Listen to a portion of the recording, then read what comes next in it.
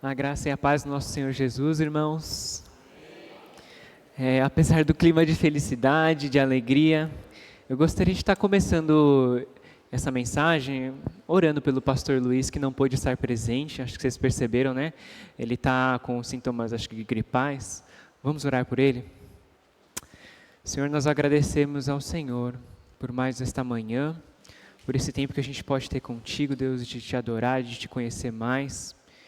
E queremos interceder pelo nosso querido pastor Luiz, pela vida desse precioso servo do Senhor, que tem sido bênção em nossas vidas. Que o Senhor traga restauração sobre o seu corpo, que o Senhor, Deus, restitua, Deus, a sua saúde, Deus, para a glória do teu nome. Nós te adoramos e te glorificamos, confiantes que o Senhor há de cumprir isso. Em nome de Jesus, amém. Abram suas Bíblias no texto de João 13, 1 a 17. Quando vocês vão abrindo, para aqueles que não estavam nesses últimos domingos, né, a gente esteve preparando, trabalhando e preparando a igreja para poder entender essa grande data importante para nós cristãos, data que um dos, né, junto com o Natal, um dos clímax da história da salvação da humanidade. E nessa história da salvação, o qual Deus escreve e coloca para a gente a disponibilidade, que é a Bíblia, né? Que a gente também chama de o drama das Escrituras, a gente vê que essa história é parte da nossa história também. A história da Páscoa é parte da nossa história, é parte do drama que Deus escreveu. No texto, então, diz o seguinte, versículo 1. Um pouco antes da festa da Páscoa, sabendo que Jesus havia chegado o tempo em que deixaria este mundo e iria para o Pai, tendo amado os seus que estavam no mundo, amou-os até o fim. Estava sendo servido o jantar, e o diabo já havia induzido Judas Iscariotes, filho de Simão, a trair Jesus. Jesus, sabendo que o Pai havia posto todas as coisas debaixo do seu poder, que viera de Deus e voltava para Deus, levantou-se da mesa, tirou a capa e colocou uma toalha em volta da sua cintura. Depois disso, derramou água em uma bacia e começou a lavar os pés de seus discípulos, enxugando-os com a toalha que estava na cintura. Então, chegou até Simão Pedro, que lhe disse, Senhor, vais lavar os meus pés? Respondeu Jesus, você não compreende agora o que eu estou fazendo, mais tarde, porém, entenderá. Pedro disse, nunca lavará os meus pés. Jesus respondeu, se eu não os lavar, você não terá parte comigo. Simão Pedro então respondeu, então Senhor, não apenas os meus pés, mas também as mãos e a minha cabeça, né? E a minha cabeça. E Jesus respondeu, quem já se banhou precisa apenas lavar os pés, todo o corpo está limpo, vocês estão limpos, mas nem todos. Jesus sabia quem iria traí-lo, e por isso disse que nem todos estavam limpos. Quando terminou de lavar-lhes os pés, Jesus vestiu a capa e voltou ao seu lugar. Então perguntou, entendem o que fiz a vocês? Vocês me chamam mestre e senhor, e com razão, pois eu o sou. Pois bem, se eu sendo senhor e mestre de vocês, lavei os pés de vocês, então vocês também devem lavar os pés uns dos outros. Eu dei o exemplo, para que como eu fiz, também o façam. Em verdade, lhes digo que nenhum escravo é maior do que o seu senhor, e nenhum enviado é maior do que aquele que o enviou. Agora que vocês sabem estas coisas, bem-aventurados serão se as praticarem. Essa é a palavra do Senhor. Senhor Deus, que essa mesma palavra do Senhor, viva e poderosa e eficaz, possa nos trazer luz do que o Senhor fez nessa cruz, Pai. Mas que o Senhor não terminou por lá. O Senhor não permaneceu morto, o Senhor ressuscitou. Que essa palavra venha destrinchar o nosso coração, Deus. Venha falar com as nossas vidas, Espírito Santo. Queremos estar abertos ao que o Senhor tem para nós nesta manhã. Nós queremos também te adorar, no poderoso nome de Jesus. Amém. Esse é um texto muito interessante aqui, que João registra na Bíblia, que é uma das cenas assim que ele é considerado a cena que tem maior capítulo descrito, para vocês terem ideia, que ele vai do capítulo 13 ao 17. E diferente de Mateus, Marcos e Lucas, que registram o momento da ceia, João registra o momento de lavar os pés e de uma traição também. E aí ele coloca algo muito claro aqui, que tanto a ceia quanto esse momento prefiguram uma cena que iria acontecer muito depois e que os discípulos ainda não tinham entendido. Então, eu gostaria de dividir em 3 partes esse sermão aqui, de acordo com os versículos. Na primeira parte, dos versos 1 ao 5, durante a última ceia, algumas horas antes de ser traído e entregue, Jesus ele está com seus discípulos e Jesus diz o seguinte: eu sei que eu vim do Pai e para o Pai eu vou voltar. E o mesmo Pai, ele colocou todas as coisas debaixo do meu poder, debaixo do meu domínio. O que Jesus está falando aqui? Jesus está falando aquilo que é o tema do Evangelho de João. Ele está falando o seguinte: eu sou Deus. Jesus é o Filho de Deus. Jesus é o Deus encarnado, feito humano como nós, mas não pecador. Ou seja, Jesus é o próprio Deus. Esse é o tema mais claro da carta de João quando vocês forem ler. Mas é o seguinte: vocês já perceberam que nenhum outro ser humano, nenhum outro profeta deste mundo se auto-intitulou Deus? Nem Maomé, nem Buda, nem qualquer outro. Eles talvez apontem para Deus e falam: isso aqui é Deus, talvez. Mas nenhum Deus se intitula, nenhum profeta, nenhum outro ser humano se intitula como Deus. Isso é uma reivindicação muito alta.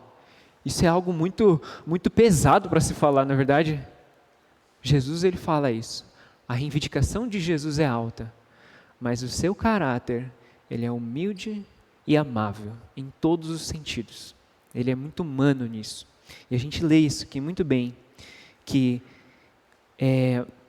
o seu caráter, nessa maneira de servir, ele é humilde, ele é amável, ele é bondoso, ele é gentil. Eu estou fazendo um curso chamado Educação para Virtudes em um Mundo de Vícios. A Rainha não aguenta mais ouvir isso.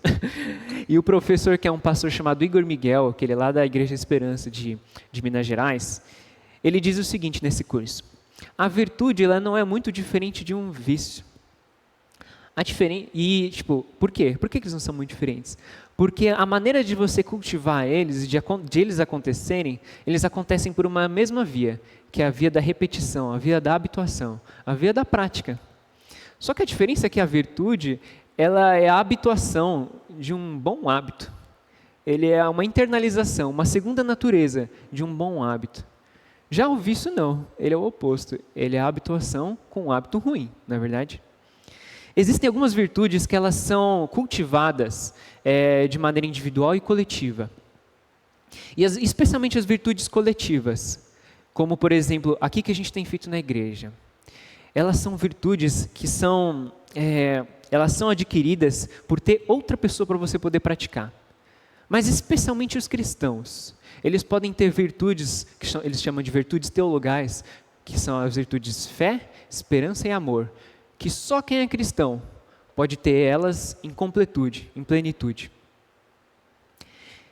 Isso a gente vê, por exemplo, que a nossa sociedade hoje tem mudado os valores daquilo que eles têm como uma pessoa virtuosa. Porque eles vão olhar e vão mostrar para você que aquelas pessoas boas, as personalidades a serem admiradas neste mundo, são as personalidades que só têm, às vezes, virtudes técnicas, virtudes intelectuais, que são praticadas sozinhas. Mas não aquilo que elas são no seu íntimo, não em suas virtudes morais, não aquilo que eles têm feito no dia a dia. E naquilo que a Raiane falou semana passada, pais, especialmente vocês, como vocês têm educado os filhos de vocês? Vocês têm ensinado eles a ganhar o mundo, ou vocês têm ensinado eles a serem pessoas virtuosas? Pessoas que praticam no seu dia a dia fé, esperança e amor. Porque a palavra de Deus é muito clara e Jesus diz que o maior não é aquele que é mais servido. O maior é aquele que mais serve. Com Jesus é diferente. Jesus ele se veste como um escravo aqui. Ele faz algo que somente um escravo gentil poderia fazer. Não é nem um escravo judeu. Judeu não serviria um outro dessa mesma maneira. Porque numa festa era comum que as pessoas que chegassem à sua casa fossem recebidas com hospitalidade. Se vocês lembram em Lucas 7, quando um fariseu chamado Simão, Jesus compara o modo como ele recebe ele com uma mulher que eles intitulam como prostituta. A mulher ela faz o quê? Ela se derrama em lágrimas sobre Jesus, coloca seus pés, lava os pés de Jesus com suas lágrimas, enxuga com seus cabelos e passa um perfume mais caro de todos. E Simão, o fariseu, ele nem sequer lava os pés de Jesus, nem sequer cumprimenta com um beijo. Então, nessa sociedade, a gente entende muito bem que é bem claro que não havia tênis, né? Eles andavam de sandálias, era muito sujo essa parte do corpo, justamente porque não havia meios limpos, eram estradas de poeira. Então, quando a pessoa chegava, era comum você receber alguém limpando os pés. Mas quem fazia isso? Eram os escravos, eram as mulheres, eram as crianças nessa época.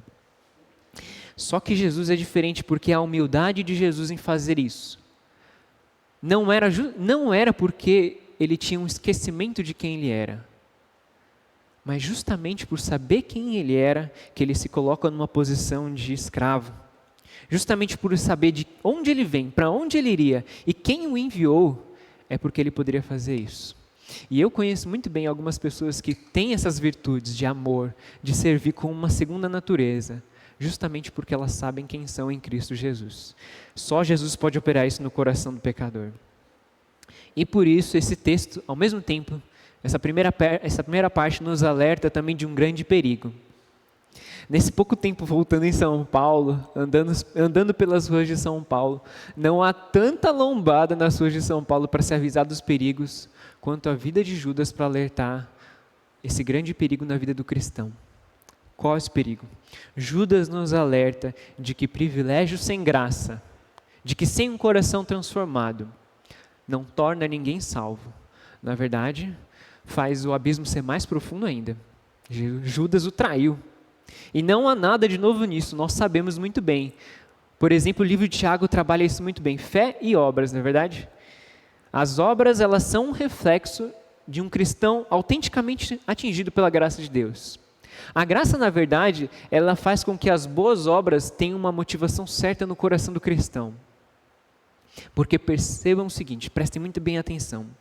Nós não somos salvos pelas obras que fazemos, mas seremos condenados pela falta delas. Martinho Lutero diz algo muito interessante. As obras de um homem corresponderão também à sua fé ou falta de fé, de acordo com a qual serão boas ou más. E nunca ao contrário, ou seja, ele não será justo ou crente em função de suas obras. Estas não o tornam crente. Tampouco o tornam justo, mas é a fé que o torna justo e o faz realizar boas obras. A vida de Judas nos mostra que não importa o quão bom você seja, não importa quantas boas obras e quantas boas coisas você faz, você nunca vai ser salvo por aquilo que você pode fazer. E isso é claro. Vamos então pensar aqui, rapidinho. Como então você pode ser salvo? A gente vem trabalhando essa questão nas últimas semanas. Como você pode ser salvo?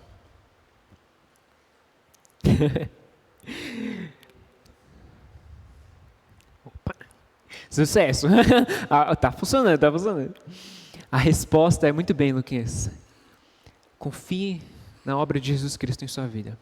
Abrigue-se no sangue do Cordeiro de Jesus Cristo. O Cordeiro que tira o pecado do mundo. Como eles falaram aqui, não é verdade? Mas, gente, confiar nas obras de Jesus Cristo significa que as boas obras de Jesus Cristo, aquilo que Ele fez, é imputado na sua vida.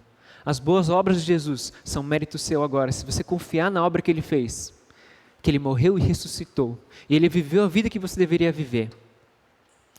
Mas vamos ser sinceros hoje nesta manhã, e é aquilo que eu quero trabalhar nesse texto. Confiar não é fácil. Jesus não disse que vai ser fácil. Na verdade, às vezes é tão difícil, às vezes se torna cada vez mais difícil, na verdade, viver neste mundo. Não é fácil ser cristão. Por isso, eu quero trabalhar isso bem claro nessa segunda parte, dos versos 6 ao 11. Jesus mostra como se manifesta essa boa obra na vida daquele que é autenticamente atingido por essa graça. Pedro, um dos 12 discípulos que a gente conhece, quem viu The Chosen aqui, sabe que ele tem uma personalidade bem impetuosa, tem os altos e baixos da vida dele, ele é aquele cara que vai, às vezes, acertar a resposta ali, mas vai errar feio depois. E nesse mesmo texto aqui, ele leva tudo de forma literal, já perceberam? Ele fala que, nossa, ele olha, mas não compreende. Ele acha que Jesus está falando de tomar banho, de se limpar, mas ele não está falando disso. Jesus está falando de algo muito mais simbólico. E vocês vão entender aqui que a sujeira, em primeiro lugar, ela representa o pecado. Pedro diz: você vai lavar os meus pés? Você, mestre? Não, você nunca vai fazer isso. Ele fala isso por dois motivos básicos. Primeiro, porque ele esperava que o próprio mestre dele fosse o quê? Fosse um rei, fosse que ele tivesse as atitudes de um rei, do verdadeiro Messias. Havia uma expectativa messiânica dos judeus de que ele fosse restituir a glória do rei de Davi, que aquilo tudo ia ser, sumir, de que o Império Romano ia ser destruído. Ele ia ser um grande líder político, ele ia ser um grande guerreiro. Segundo motivo, Pedro não esperava isso porque ele não queria fazer isso também. Ele não queria passar por essa humilhação, quanto mais o seu mestre. Então a motivação de Pedro é inteiramente por causa do seu orgulho, por causa do seu pecado. E olha só como a gente vê, que na cena anterior a isso, que a Raine comentou, os discípulos estão disputando o quê? Poder. Eles estão querendo um lugar na destra e na direita do Pai. Quando Jesus vier para a sua glória, eles estão disputando um lugar de honra. Por quê? Porque por causa do orgulho do coração deles. E nós não somos muito diferentes disso. Na verdade, nós somos iguaizinhos. Somos como Pedro. Romanos 3:23 vai dizer algo muito claro, né? Todos nós pecamos e não alcançamos o padrão da glória de Deus. A Bíblia diz que todos nós somos pecadores e ela trata pecado não só como no sentido de errar o alvo. Existe o alvo e você erra ele. Mas ela trabalha também no sentido de culpa, no sentido de dívida. Semana retrasada, a gente estava vendo um filme bem recente da Netflix que chama Anatomia de uma Queda. Tava eu, a minha esposa, minha cunhada. E esse filme ele é muito interessante, porque nem sei quantos viram aqui, né? Ele é bem recente mesmo. Ele se trata da trama de uma queda de um homem que caiu de um terceiro andar de uma casa e que ele é casado com uma mulher que tem um filho e eles também têm um cachorro. E então a vida deles começa a ser investigada. E tudo aquilo que era do casamento, tudo que é privado deles começa a ser jogado para o espectador, para eles ouvirem e falarem e começarem a pensar: puxa, quem que deve ser o culpado? Ele torna tudo aquilo que eles têm como privado público.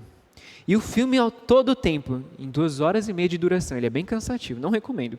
O filme todo tenta mostrar alguém como culpado. O filme todo. E você começa a articular: cara, quem que é culpado? Será que é o menino que é cego? Será que é a esposa que matou o cara? O próprio marido? E no final do filme ele chega a uma grande conclusão. Ele mostra o quê? Ele mostra quem que é? Não. Esse é o dilema dos filmes atuais. Ele não mostra quem que é. E quando termina o filme, minha cunhada e minha esposa falam: mas que droga de filme é esse? que é isso? Cara, o que está acontecendo com os filmes hoje, né? Eu fiquei revoltado também. Então eu fui lá ler uma crítica na internet para entender o que se tratava esse filme. E teve uma crítica que traçou tudo o perfil desse filme e me revelou o que significava. A crítica dizia o seguinte: a única defesa está na maldade. As pessoas apressam-se então a julgar para que elas mesmas não sejam julgadas. O filme deixa claro algo sutil nisso, de que o estado que somos hoje é de pecadores, independentes da culpa. Independente da queda desse homem, independente da culpa, todos nós somos culpados. Independente do que fazemos ou deixamos de fazer, o pecado é algo que parte da nossa natureza, de quem nós somos. Por isso que constantemente precisamos ter os nossos pés lavados. Jesus diz que o banho é uma só. O que ele está falando? Ele está falando que lavar significa salvação. E que os pés constantemente serem lavados significa santificação. Por isso há uma dor em nosso coração, há uma culpa dentro das nossas vidas, que é inerente de quem nós somos, porque somos seres humanos. Essa culpa, a sociedade vai falar o quê? Que é a sua religiosidade, que é sua maneira de tentar viver certinho e não conseguir. Por isso que você se sente culpado. Se você não tiver isso, você vai viver livre, você vai ficar bem. A nova moral da sociedade pós-moderna é o quê? Ela é reduzida ao quê? A um pequeno lema. Aprender a se sentir bem consigo mesmo e ensinar o outro a se sentir bem. Já perceberam? Isso é muito sutil. Livros de educação, livro de pedagogia, é livro de se ensinar a sentir bem com quem você é. Mas a verdade é que a Bíblia vai falar que você nunca vai se sentir bem assim. Esse não é o caminho. A gente nunca vai tentar entender e resolver o problema dessa culpa que nós temos, mesmo que a gente não tenha feito, tentando se sentir bem. Porque Deus imputou a sua lei em nosso coração para mostrar que nós somos pecadores. E isso nos mostra que nós somos independente do que fazemos. Então, se a sujeira significa pecado, o lavar significa então salvação. Jesus responde: bom, já que você não quer ser lavado, você não vai ter parte comigo, você não vai ser salvo. Então Pedro responde: então não só lave meus pés, mas me dê um banho. E é engraçado porque Pedro não estava entendendo nada, a gente vê que ele realmente não compreendeu a essência do que Jesus estava falando. Pedro precisava entender o que é ser lavado por Jesus. Não é fácil ser lavado por Jesus. Ser lavado por Jesus implica entender que você precisa ser lavado. Quem precisa ser lavado é quem está sujo. A sujeira no nosso coração, ela é podre, ela é horrível de se ver. Por isso Jesus é a luz do mundo, porque a luz mostra o que há na escuridão, a escuridão do nosso coração. Aceitar o sim de Jesus é você ter que acertar um grande não para você mesmo. O não das suas vontades, o não do seu querer. É ver que a cada dia a gente não escolhe fazer o que Deus quer. Você acorda e você já pensa: puxa, quanta coisa eu tenho que fazer. Você se comporta, nós nos comportamos como se fôssemos donos do próprio nariz. A verdade é que a gente não quer os caminhos de Jesus, nós queremos o nosso. Por isso que aceitar então o sim de Jesus é aceitar um grande não para as nossas vidas. Pedro aceitar a Jesus, aceitar ser lavado não é fácil, é difícil aceitar isso. Por isso que lavar os pés remete ao quê? Por que a gente está falando disso hoje na Páscoa? Remete a Cristo exaltado, o Cristo, Filho do Deus vivo, exaltado sobre todas as coisas, se fez servo, sujo, para que nós pudéssemos ser limpos, para te purificar dos pecados. É por isso que trazemos na memória, sexta-feira santa, que nós temos como um grande feriado, é que nós estamos lembrando que Jesus morreu para purificar-nos dos nossos pecados. Então não foi fácil para os discípulos aceitarem que o seu mestre, aquele pelos quais eles abriam a mão de toda a sua carreira, de toda a sua vida, verem ele morrer de uma maneira toda suja e errada, de todas as maneiras legais, quem aqui entende de lei, vê tudo isso sendo furado, e ele ser morto de uma maneira tão desprezível. Não foi fácil para eles.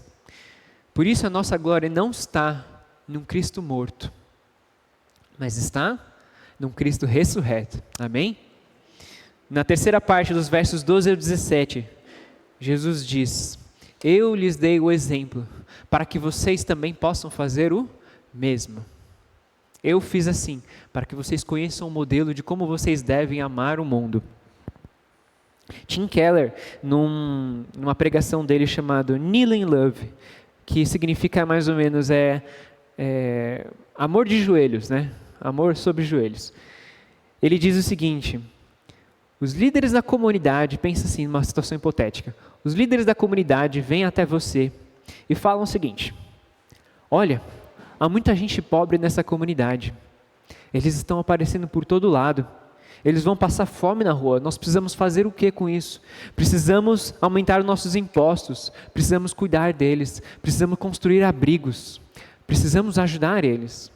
Ou para o nosso contexto de São Paulo, para o nosso bairro.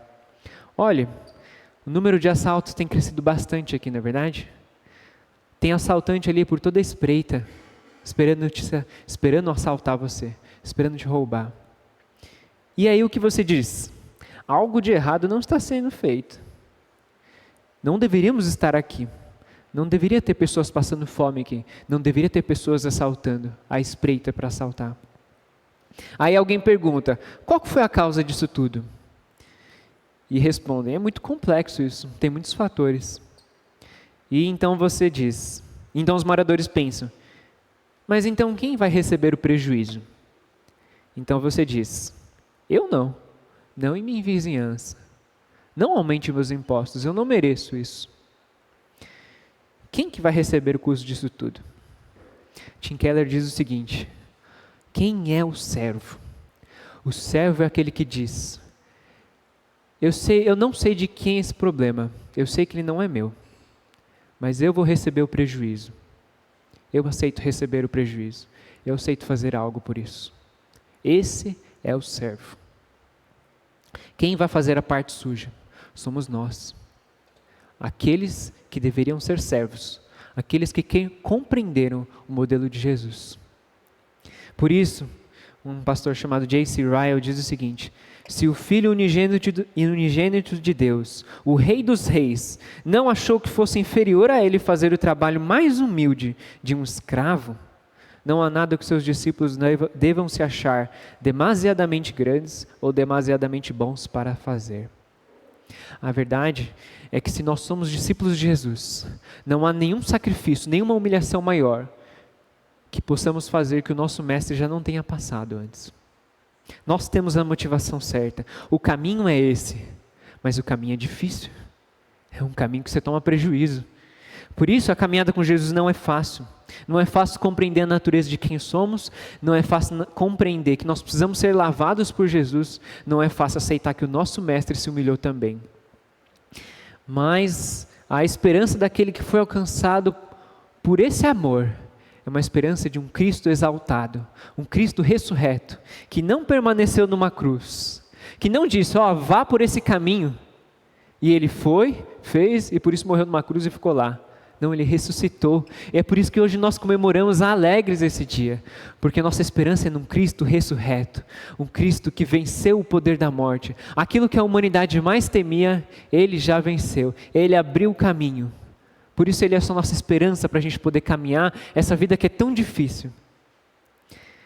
Nós comemoramos a Páscoa, porque Jesus um dia ressuscitou e venceu o poder da morte.